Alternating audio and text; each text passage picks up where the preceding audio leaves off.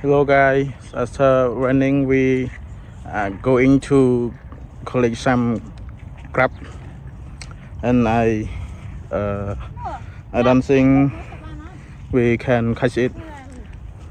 I already has 2 crab right now. Look guys. Look big quá. Cái đầm lên lên. Cái đầm chú đây cái đầm. Look guys, look. Ba đó. Okay. Quá chứ nào rồi. Quá sao cái nó không run. Ô miên ấy á.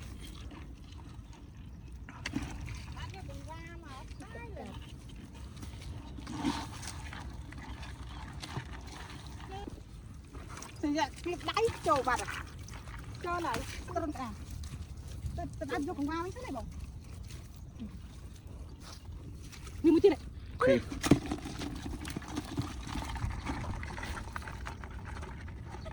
bán lại We got a tiny one. khai nhận con song thằng nên con song thằng nè xem bên trong nào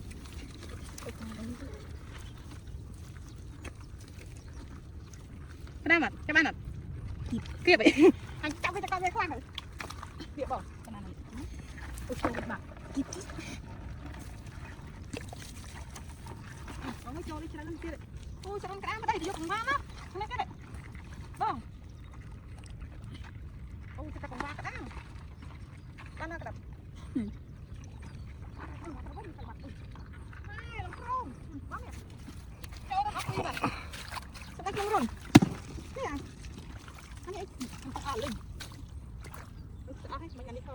làm ti kim trương không được bán à áo ấy thợ nữa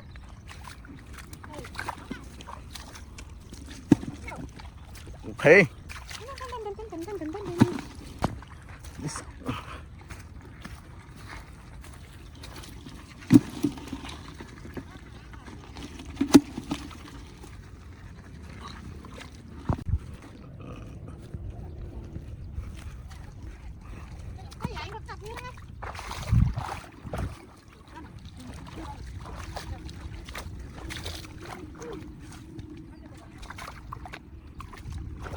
Ini, angkat nih. Okay.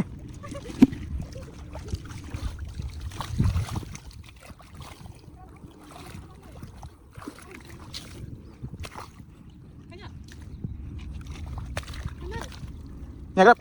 This one. Okay.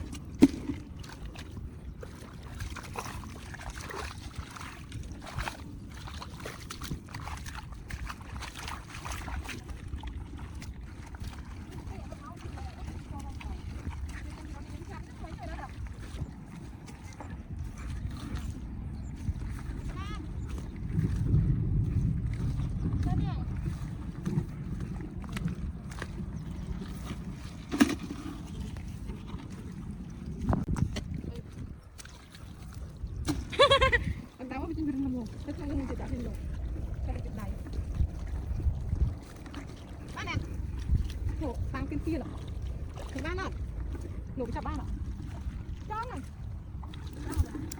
No.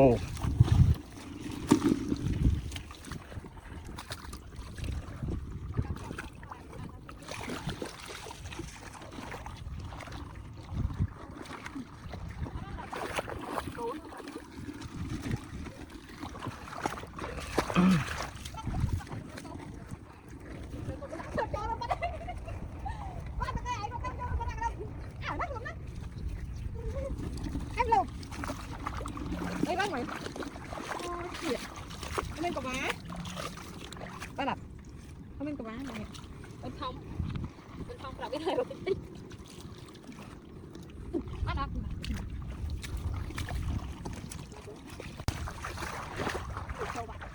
hãy vô bên cho có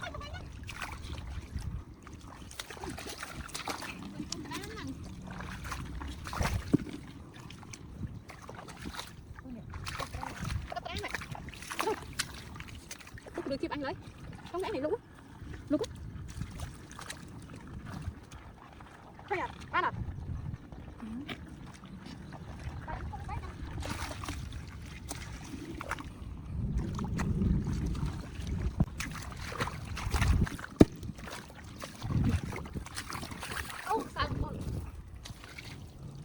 tập bồn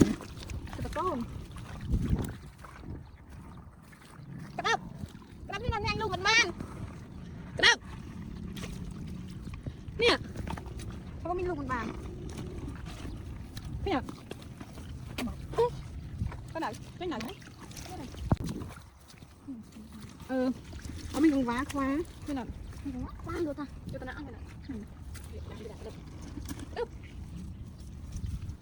cái chân nó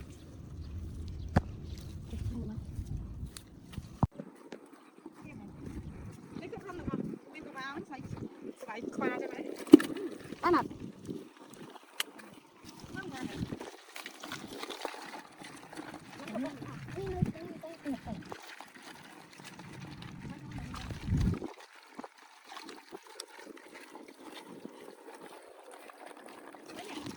anh nè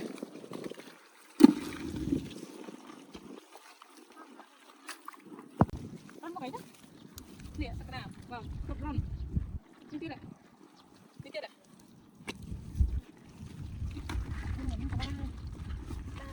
vâng tiếp này cái đám cục rong là cái đám bơi à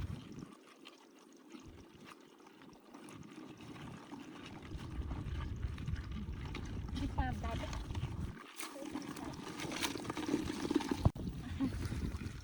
tinh anh ấy mình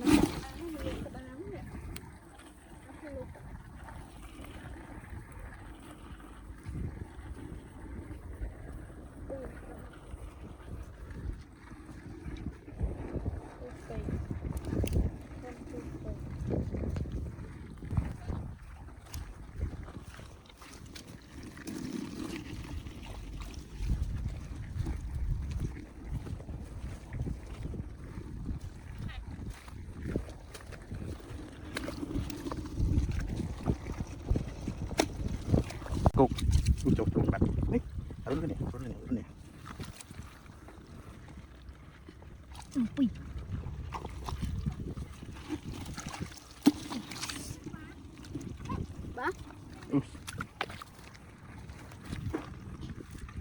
sọ bát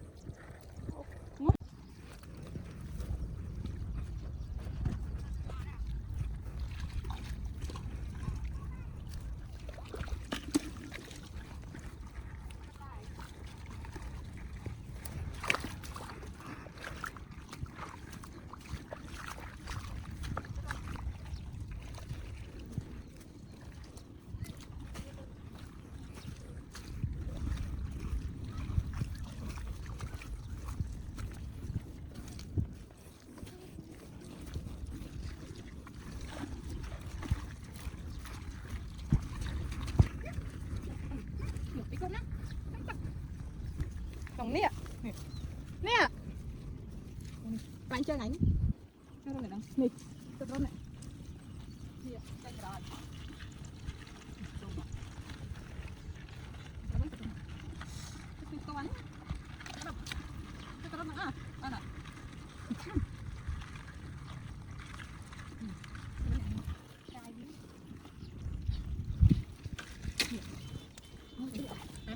rồi làm kia vào đây đây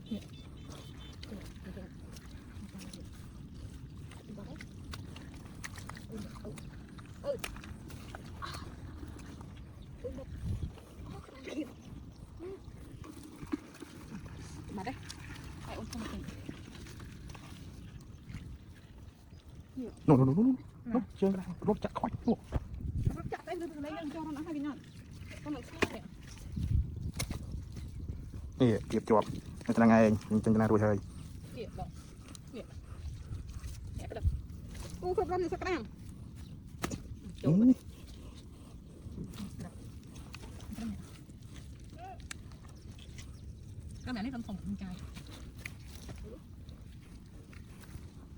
kia đã pi rồi bơi vô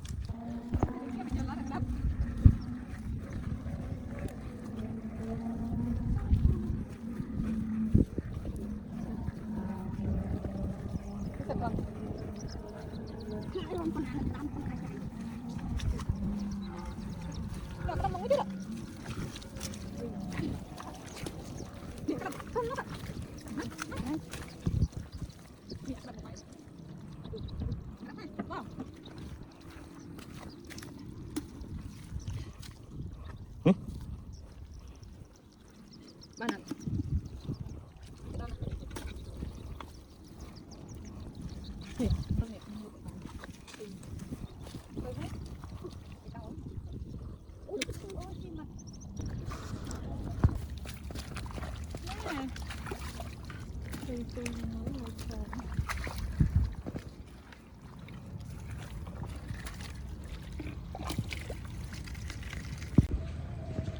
Hello guys, we head back home now and this is what we got.